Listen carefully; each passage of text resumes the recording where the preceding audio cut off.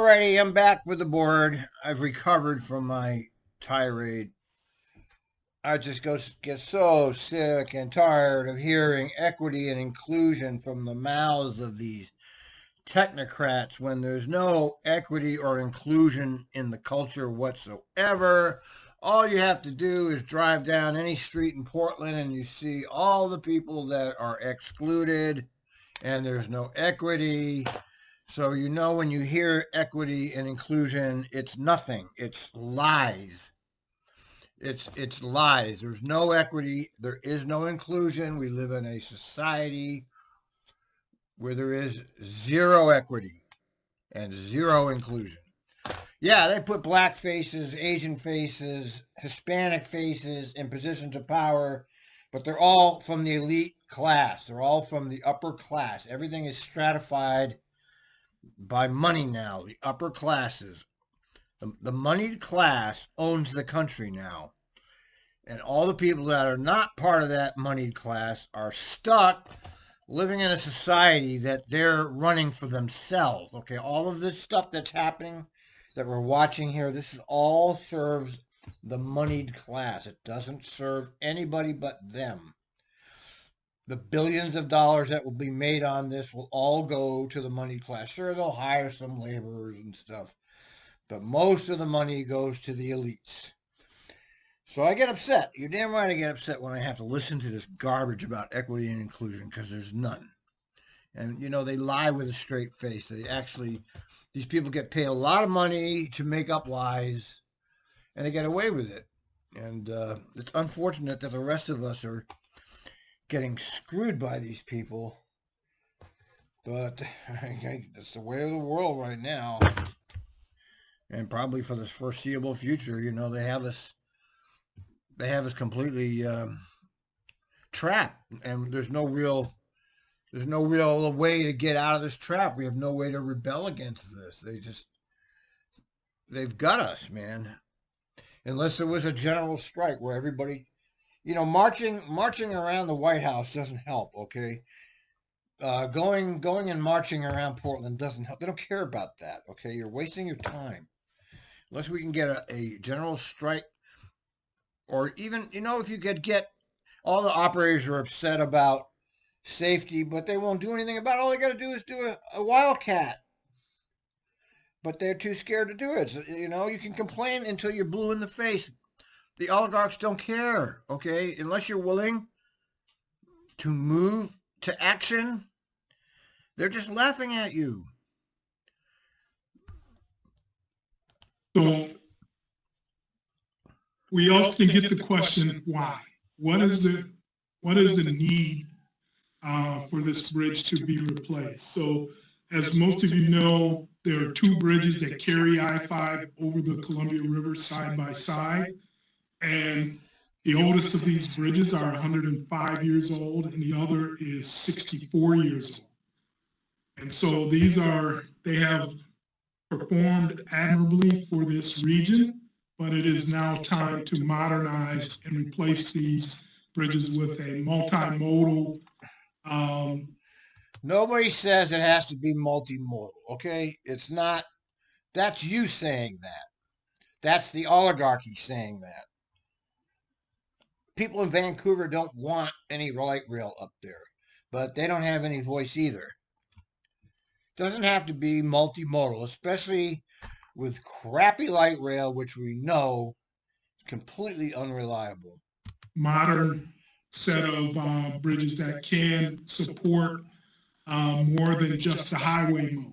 So these are the 6 purpose and need statements associated with the program, and these statements have still exist. They will not get better if we do nothing. So we know that safety, impaired freight movement, and congestion are key.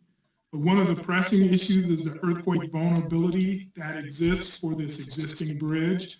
The oldest of the bridges are built on wood piles and silty soils, and we do not know that this bridge would survive a major. Yeah, and an earthquake can happen tomorrow or 10,000 years from now. The same thing about meteors. Right. The one that crashed in that thing, that fucking meteorite destroyed the dinosaurs. Wouldn't be here without it. Earthquake if the Cascadia subduction does happen. So we also know that there are inadequate bike and pedestrian paths.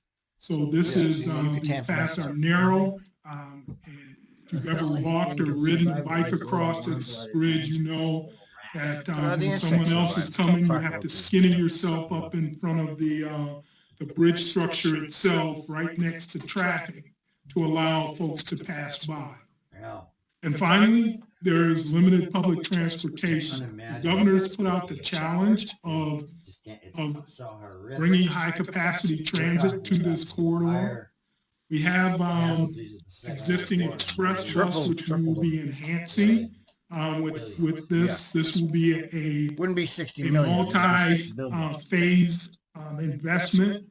We will also be looking at bus on shoulder across the bridge, as well as other enhancements to transit to make sure we are meeting all of the needs and goals of the communities for high capacity transit in this corridor. Next slide, please. They're keeping track of the big Equity. We also heard I'm doing video. from the partners that equity and climate are key priorities. Our program for a mega project across the country is unique. Here's that equity again. We have both a principal equity officer. Blacks, indigenous, and people of color and people with disabilities, communities eliminated. Yeah, bullshit, lies. Center equity priority community. What a bunch of nonsense. Just keep saying it over and over and over, and somehow people will repeat it, just like everything else. Climate officer that report to me and are looking for. There's people intense on the streets of every city, and these idiots are talking about equity like it's actually real. There is no equity anywhere in this country anymore. Best practices and best ways to make this the most equitable mega project, as well as the most climate-friendly mega project in the country. Sure, yeah. So we know that in the past, communities of concern, including BIPOC, folks with disabilities, limited English proficiency, lower incomes, houseless individuals. This is all bullshit, all lies. Nothing is going to change. They put this in everything now to pretend they're doing something. It's all fucking lies. Immigrants and refugees, young people and older adults have at times been minimized in these type of mega project discussions. So we have focused. Yeah, they're going to talk to them. Sure. Yeah, right. Oh, what do you think? Okay, we'll write that down. Oh, yeah, sure. On that engagement with these communities and getting their feedback as to what they need to see for this program to be. Yeah, what do you need to see from our mega bridge program? What's the answer? There's nothing, because it doesn't affect them. Give them money. That's what they want. They want money. Give them a piece of the pie. Every immigrant, every disabled, every person of color, give them $10,000 off the top. Now you're talking equity. Equitable.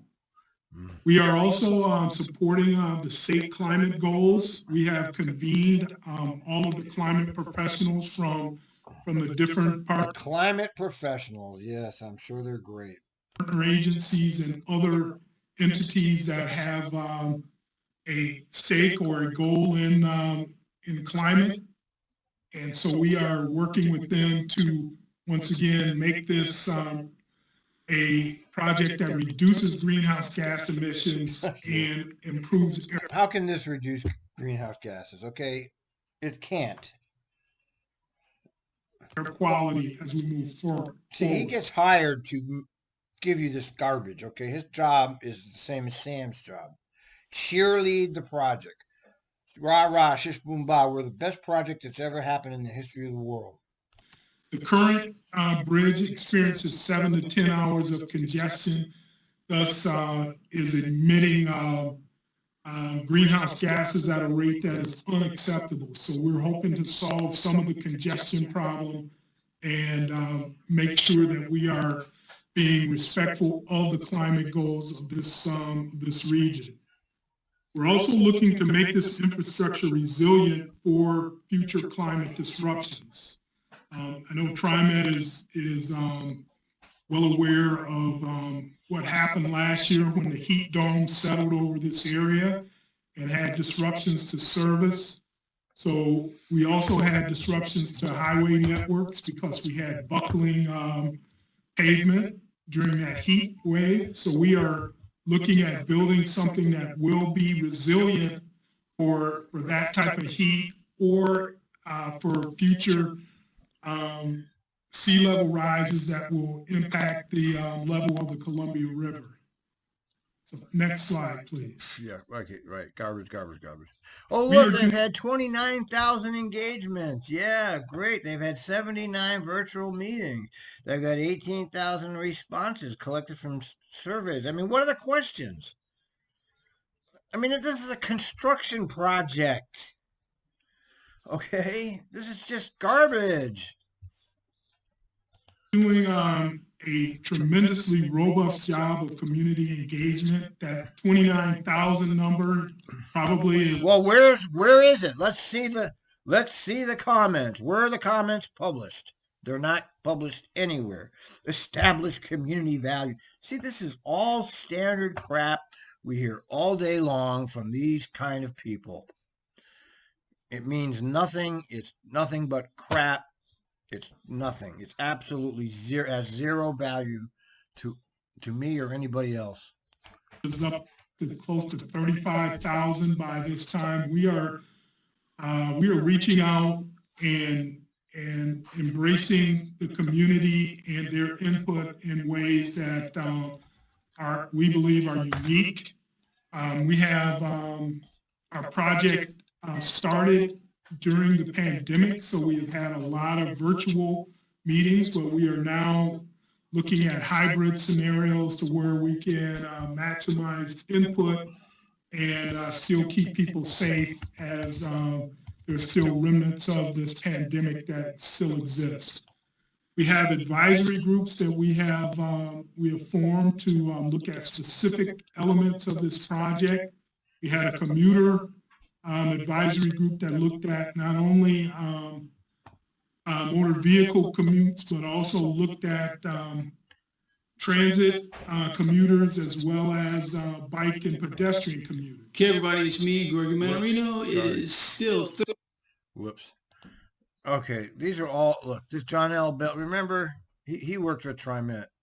These are all fucking executives. They're all making six-figure salaries. Who is this? Transit lead? Who the fuck is she? Hi, I'm Vicki Smith. I'm the transit lead on the Interstate Bridge Replacement Program. This bridge program is so important for both the... Who cares? How much are they getting paid? I want to know what they're getting paid, all of these people. Remember John L.? I knew this guy. I met him. I liked him, actually. He's been, you know, he's an insider. He gets jobs with all of these fucking... Equity is the center of what we are advancing. Equity. Jesus Christ, John. I met him. We had dinner. I liked him very much. He was honest. He was honest with me, so that's all I cared about.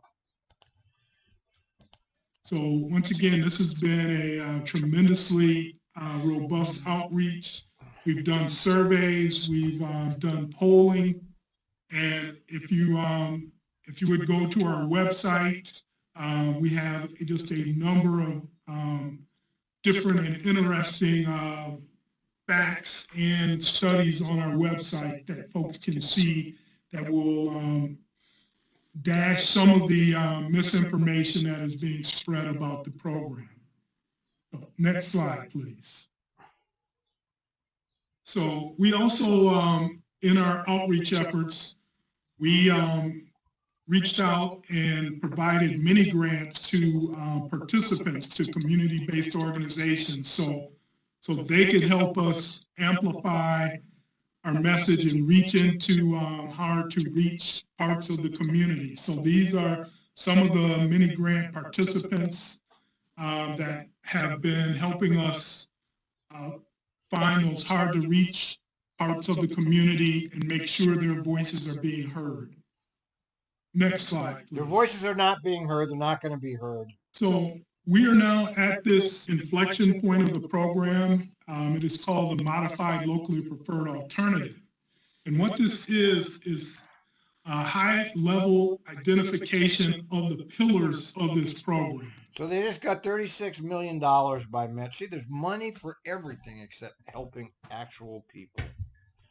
It just amazes me how they just come up with all kinds of money for what they want when they know it's going to go to the elites. But when it comes to helping people that are like living on the street, there's nothing there for them. The foundational components, such as what is the high-capacity transit mode? What are the alignment that we will be using for high-capacity transit and other improvements? So you will see the next slide will dive deeper into these elements. This also is a part of the Federal Transit Administration process that will make us eligible for capital improvement grant funding as we move forward. And this also is an indication of early agreement by the local agencies and partners to say, yeah, the program is on the right path. So we know that it is not a fully defined alternative. We will be looking at more facts, taking in more information. Right now we're at conceptual. We have to dig deeper to look at impacts that will impact this, the different, not alternatives, but the different design options that we have put forward. We know that it is also not final design. We are probably at 2% design, and we will be looking to refine these concepts as we move forward and focus in on more exact cost estimates as well. We also know that this is not the end of technical analysis. We know that we will be doing more studies, more information gathering to help shape what eventually gets built. And we also know that this is not a final approval. What we are seeking from boards and councils, such as the TRIMET board, is to move this forward into the supplemental environmental impact statement process, to dig deeper and put these more detailed elements on the table so folks can see before we get to what is finally going to get built. So let's go to the next slide, please. So this is the graphic showing what the IBR recommendations are for the modified locally preferred alternative. The first thing you will see is that due to the changes from the last go round, we have been able to take into account the desires of the folks who live on Hayden Island. And what we heard from them is that they want a smaller footprint on the island. They want their island reconnected. And because the Port of Portland is no longer looking at developing the west end of the island, we feel that we can make this partial interchange, take this to be further studied and make sure that it can handle all of the traffic that will be moving forward. So right now you see a southbound from I-5 off-ramp to Hayden Island and a northbound on-ramp to I-5 from Hayden Island. The remainder of those movements will be transferred down to Marine Drive. And we've described this as kind of being like a water balloon. When you squeeze one end of it, the other end bulges out. So the bulge in this case is that Marine Drive becomes a much more complex interchange, much larger with more movements. So the yellow line to the right is actually the extension of light rail from Expo Center, the extension of the yellow line. It will have a station proposed on Hayden Island. Bring that frail rail over there. Bring that crappy ass 1910 technology over there. And it will cross the river and land and have a station on the waterfront and eventually terminate at Evergreen Street, which is approximately a half a mile north of the river. So this is was the result of a number of conversations between the partners and between TriMet and C-Tran. And this is taking the strengths of light rail and the strengths of C-Tran's bus rapid transit mode and marrying those to create an integrated system that can move the most people in the most efficient and effective way without... I'd like to repeat, there's no transit system available right now. It doesn't exist. So right now, this is just pie in the sky. And it's nothing that we'll see in my life, so I don't even know why I'm watching this. Displacing homes.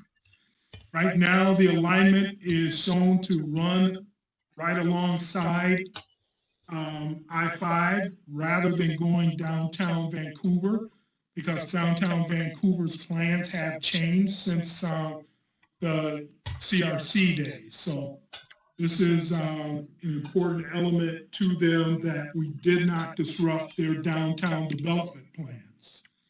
So you will also see there's a light gray bridge. A light what? That crosses over onto Hayden Island. That is a local access bridge. That was also a request from the working group that there be a way for folks on Hayden Island to leave the island without getting onto the interstate. So that local access bridge achieves that, and it also carries the active transportation mode across the river. And at the bottom, you can see some of the benefits from this modified locally preferred alternative. You can see that expanding light rail to Evergreen with 4 additional stations gives 3,000 plus residents a half a mile walk to a station. This is an increase of 26% of BIPOC community members who will be within that half a mile, 41% increase in low-income folks who will be within that half a mile. A half a mile is a long way, by the way. We're also looking at the equity, as well as far as job accessibility, and you can see those numbers, 71%. I wonder where they get these bullshit numbers. Where do they get this number? They just make it up or what? Percent of people with disabilities will have, or how are they going to get there if they're half a there mile will be walk? 71% increase for people with disabilities having access to jobs via transit with this improvement. Yeah. 73% of the BIPOC community. 68% increase for general population and 59% for low income. So where do they get the number? They just make it up. Where the hell do you get those numbers? This is a significant equity win for this region. On the climate side, and this is the biggest bunch of bullshit I've ever heard. Just looking at the mode shift between folks who would normally be in a single occupancy vehicle trip, now putting them on a high capacity transit or light rail, you're now reducing 36,000 metric tons of emissions going into... Every projection they've made for light rail ridership has been wrong. Every one of them. Into the atmosphere, or enough to power 7,000 homes electricity for a year, or saving 89,400,000 vehicle miles in a single vehicle automobile. So there are other things that to combat climate change. So I had not spoke about the auxiliary lanes, which are, once again, auxiliary lanes are the lanes that run between interchanges. They are not general purpose lanes. They are meant to give people room to merge and weave safely, and to not have to stomp on your brakes every time you enter into the freeway. So we are looking at increasing the efficiency of operation by having one auxiliary lane in each direction to be studied to see if it will meet purpose and need. We also are looking at variable rate tolling as a demand management tool to make sure that when there are discretionary trips, these trips can be discouraged during prime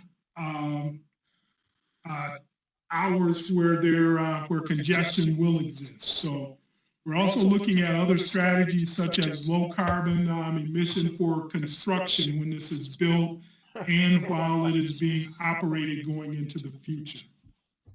So let's go to the next slide, please. So my partner, John Willis, had to excuse himself for another meeting, so I will carry through on the transit investment details. So let's go to the next slide, please. So once again, our recommended transit investment for the IBR program is light rail across the bridge. The alignment is to run adjacent to I-5, and the terminus is near Evergreen.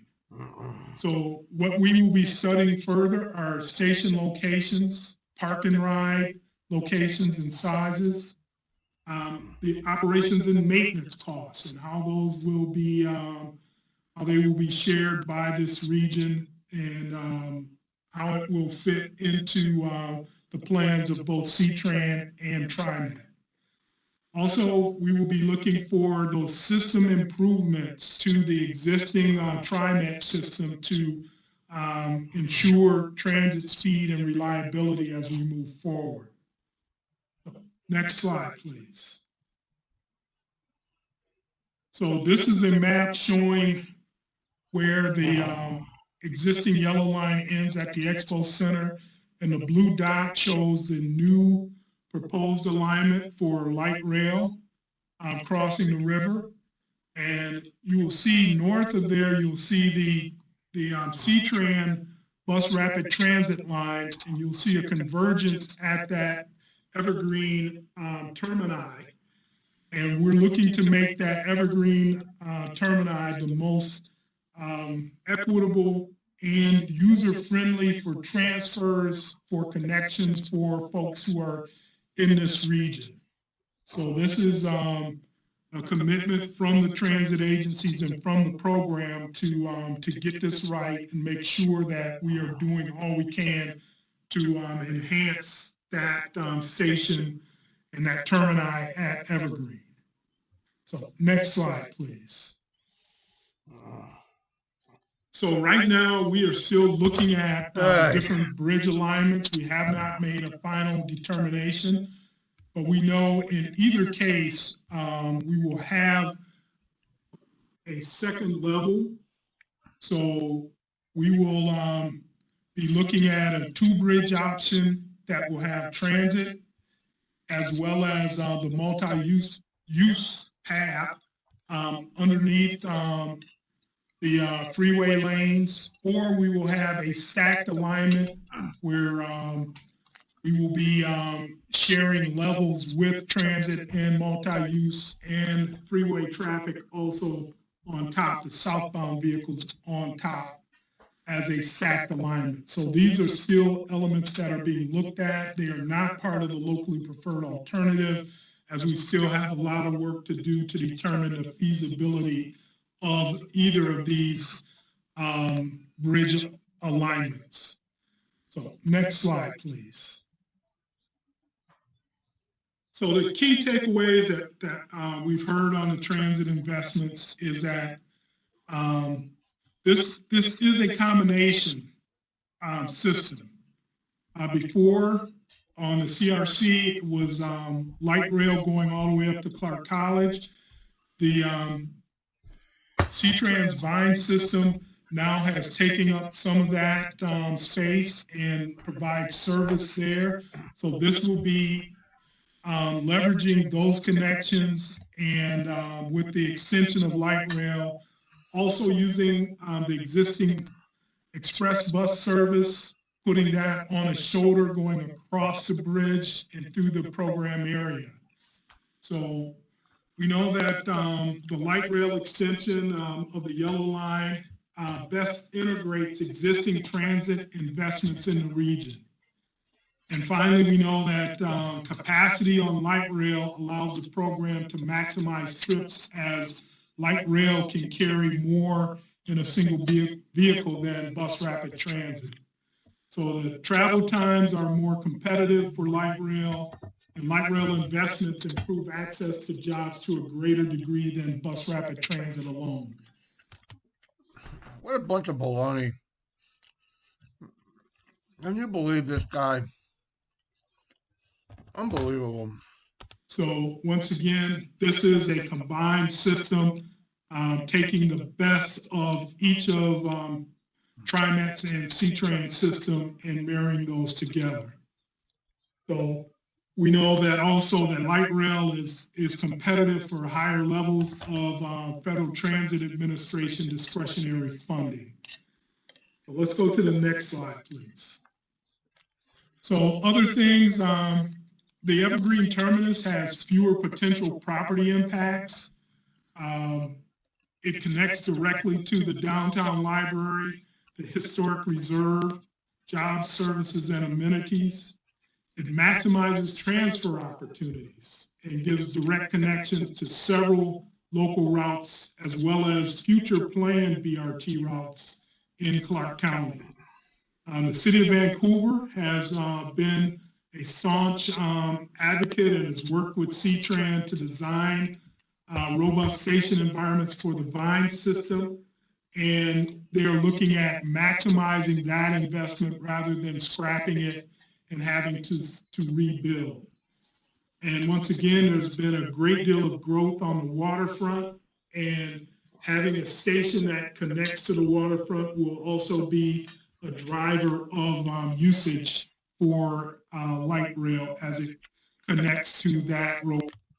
Meanwhile, the society is falling apart around our eyes. It's just collapsing. I mean, let's not bother talking about that, that the society is actually collapsing. Let's just go forward with our elite baloney. Wonder what he's getting paid. Must be 250 grand at least, probably 350 grand for this Greg Johnson guy. Robust area. Next slide. He's not even very good. So we've heard a lot of feedback. Our community advisory group has told us that overall they're supportive of the high capacity transit options. Yeah, and sure. most preferred light rail or combined light rail BRT option. No. Congestion relief is still a top priority for the community advisory group. Reliability of mode is also important. Folks want to know that once they either take a transit trip, a walking or biking trip, or by motor vehicle, that it will be a predictable trip every day, every time. What we heard from our equity advisory group is that they expressed high interest in accessible independent transit options, including desire for more multiple transportation options that are efficient, reliable, and user-friendly. Their support for infrastructure that promotes high-capacity transit and low-stress active transportation options. So next slide, please. So we did community surveys and their support for high-capacity transit with, once again, a noted interest in light rail.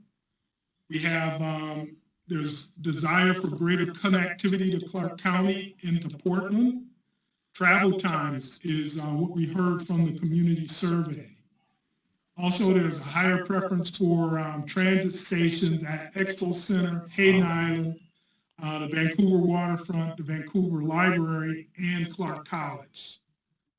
And finally, we did a scientifically based opinion poll that sampled folks on both sides of the river, representative populations, and there's strong support among the residents in the entire region for light rail as we move forward. So you can see that the numbers break down that in Clark County, excluding Vancouver, there's still 57% support for light rail.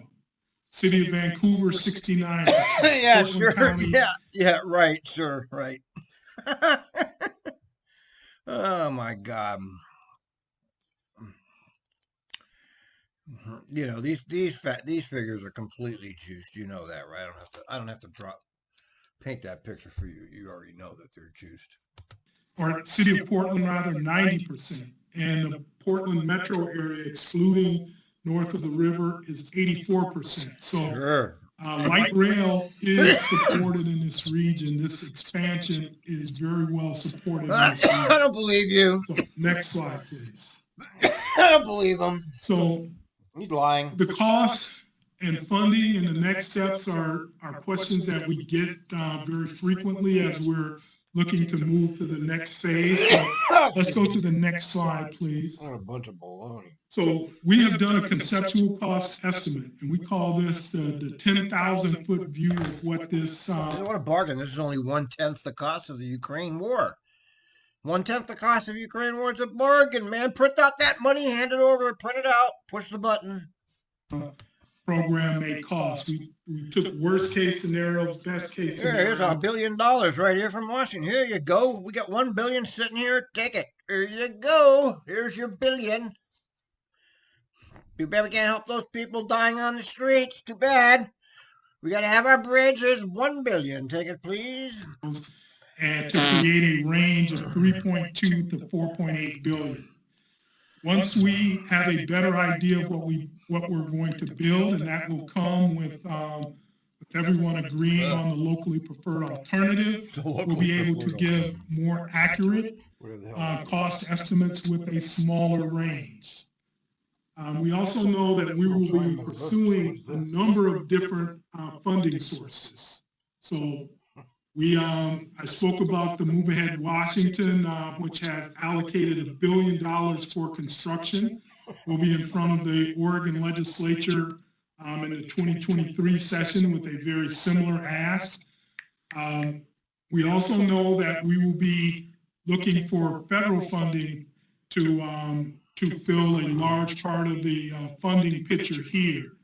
With the infrastructure package that was passed last October and the great job that was done by the delegations in each state, we know that we're going to be eligible for significant federal funding on the highway side of things. So we will be putting those grant applications in beginning in 2023. And also we know that we will be eligible for Federal Transit Administration capital investment grants. So all of those things will be playing together. And the last piece of the puzzle, we will be looking at tolling to fill in what is the delta between the cost and the funding that we can raise. We also know that a bridge of this size will have significant operational costs and inspection costs every year. And so some of the tolling will also be paying for those future operations and maintenance costs. Next slide, please. So variable rate tolling is a principle that all of the partners have agreed that is the best practice for this location.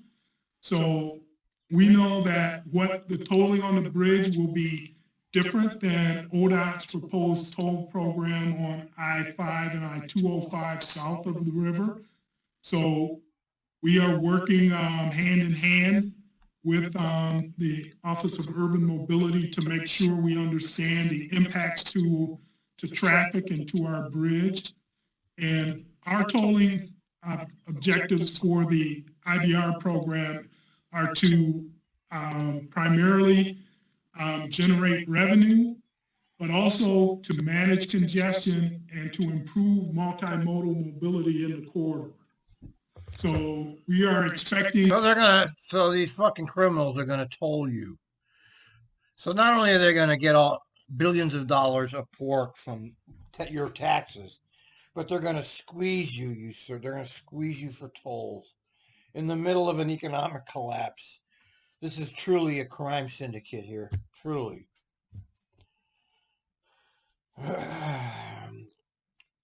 They're just trying to kill you, folks. I wish you could see it, but apparently we're like deers in headlights. We can't move. We can't stop our own death.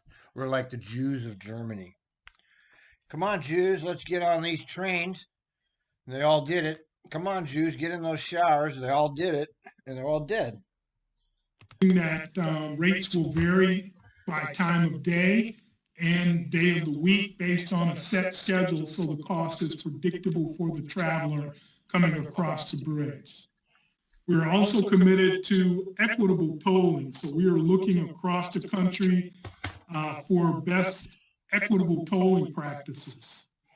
And so we know that our program does not have control over the tolling question as far as policy and rates. That will be determined by the two transportation commissions in concert with the legislatures from each state. And we are looking at what we call pre-completion tolling. That means we will be tolling before the project is complete. And so we could be tolling as early as 2026 to start raising revenue to help pay for the program. So I believe that is my last slide. And, I have one more. So this locally preferred alternative is a huge milestone, but it is only one of the locally numerous preferred alternative, Rippy. And activities that have to How long is this fucking video? The supplemental environmental impact statement 41 is minutes. A tremendously The public supplemental process that we are impact hoping statement, to enter Rippy. into with the approval from the boards and councils, as well as the executive steering group and the bi-state legislative committee, to move forward into that supplemental process. But we know that we will be doing many more studies, data analysis, developing more plans and details as we are moving this thing forward. So we will be very public with how we are doing this. Once again, we've been very intentional and transparent in our activities, and we plan to continue that transparency as we move forward. So next slide, please. So this is our timeline. We are talking to boards and councils. This is boards and councils. We're talking to boards and councils, ladies and gentlemen. We're talking to the boards and councils. Yeah. That timeline, this meeting here, between the 15th and 17th of June, we will have another executive steering group and a bi-state legislative committee. Between June and 22nd and July 13th, we are looking for endorsements from our partner boards and councils, including TRIMET. And finally, on the 21st, we will meet again with the executive steering group in the morning and the bi-state legislative committee in the afternoon, seeking the recommendation to move this modified locally preferred alternative into the supplemental environmental impact statement process. So now I think that's my last slide. Thank God. That was Next terrible. slide, please. Oh, shit. Even more. That was his best line yet. Okay, I'm now a Greg Johnson fan. Okay, because even he's sick of this shit. All right, Greg, I like you now. We will be developing more information as we move forward. That was funny. Once again, we're looking to begin construction in 2025, but there are a number of things that have to fall into place. Funding, the tolling discussion in front of each legislature, all of those things have to move forward as we're looking to hit that groundbreaking in late 2025, early 2026. So you will be seeing more details as we move forward and answering more of questions that have not been answered because we don't have all of the detail yet to do that. So next slide, please. There. So I will take any questions or concerns that you guys may have.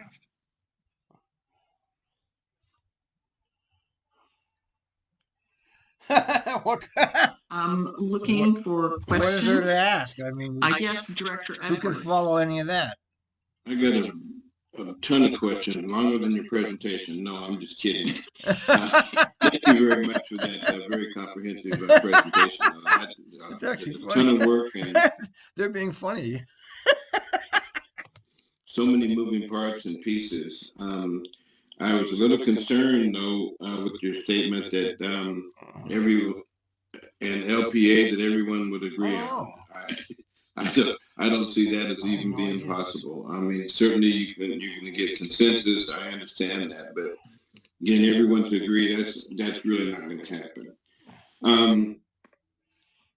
I had a question regarding the advisory groups, and specifically talking about folks with disabilities and seniors and youth. And the houseless. I was interested to know how far do you drill down with the youth? Because the youth born today would be 10 years old by the time this project is completed. So are you talking, do you have high school youth that are involved in this, or are the middle school youth involved with this? Because I'm one that always kind of leans that way and thinks that we should have young people because they're the ones that are going to have to live with this, not me. Right. He's right about and that. the houses, how do you Right. bring the houses into this environment and give them an opportunity to share their issues and concerns? And I know a lot of times, we're trying to address their issues, but the houses aren't going away anytime soon, and there should be a constituency group that is heard. Another issue that I didn't hear was river traffic. I know that the part of the option here, that certainly the goal is to make sure that river traffic does not disrupt any traffic going along the bridge, the new bridge. It's going to be high enough where river traffic is not going to have any impact at all. But that wasn't mentioned, so I hope that that's certainly a consideration, and it should be, at least addressed so that we know that it is being considered and talked about. I think that's pretty much the questions that I have. All right. So I was taking notes seriously as you were putting your questions forward, Director Edwards. So as far as agreement, we know that we have two sides of the river that at times see themselves distinct and differently. So we are trying to thread a needle and have some commonality that both sides can agree to. So right now, we do have consensus on our executive steering group, which are all those partners we've talked about. And right now, we have folks who are shaking their head in the right direction, saying, yes, the program has done the necessary work. Now, not everybody agrees with every fine detail that we have developed as of yet, but right now, we have a consensus building that, yes, they want to see us move to the next level where we'll be developing more distinct answers as we move forward.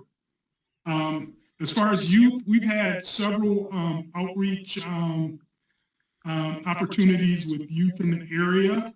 So we had a high school and college youth journalism conference where we talked to those folks and answered their questions so they could more widespread the message and get their generation thinking about and involved in this. Nobody gives a shit about this. Why would anybody care about this? Nobody would. First of all, it's way in the future. Second of all, it's just a pork barrel thing that nobody pays attention to this kind of thing. Nobody. Some of the job opportunities that will come out of a program like this, we know some of the workers that will work on this project right now may still be in junior high school or even elementary school. So we're going to be doing some very robust outreach to youth for job opportunities, for pre-apprenticeship programs, things of that nature. We've had some lunch and learns with houseless advocates to understand how we can be helpful and supportive in their efforts in moving folks from homelessness and houselessness to potentially having careers on programs like this. We know that there is a severe shortage of workers in the transportation, in the construction trades.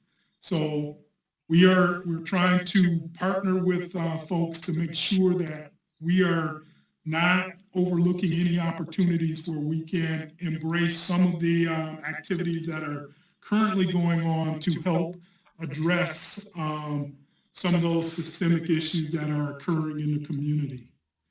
And river traffic, we are having a great conversation with the U.S. Coast Guard.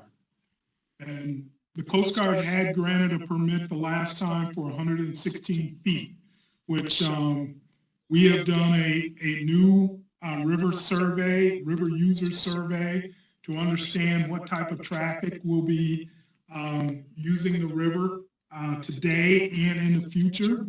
So we are having that conversation.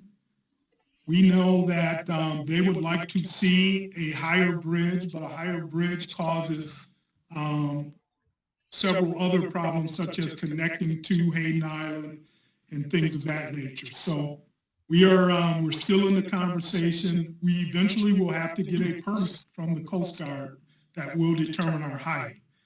And we're also limited because we have PDX as well as Pearson Airfield. So we can't go too high because we will get into their flight zone.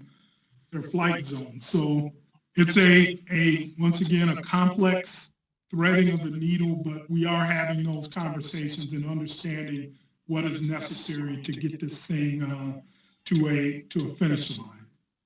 So hopefully I answered all of your questions. Yeah, you did answer all those questions. Thank you very much. What I did fail to mention was the issue of tolling, and I appreciate the creative thought in the tolling. I guess my question would be, is tolling going to be a permanent issue as far as this bridge is concerned?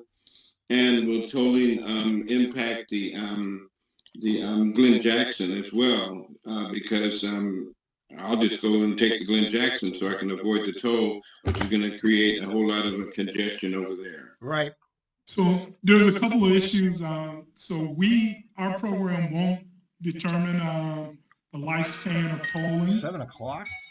We'll make known the needs of a bridge of this size and what has happened across the country as far as tolling and the cessation of tolling after bonds are paid back. So we'll be putting all of that information forward. Yeah, sir. As far as diversion of traffic, with ODOT looking at putting congestion. All right, I can't take pricing. anymore. It's still got 14 minutes to go on this. Can you believe it? 14 minutes to go.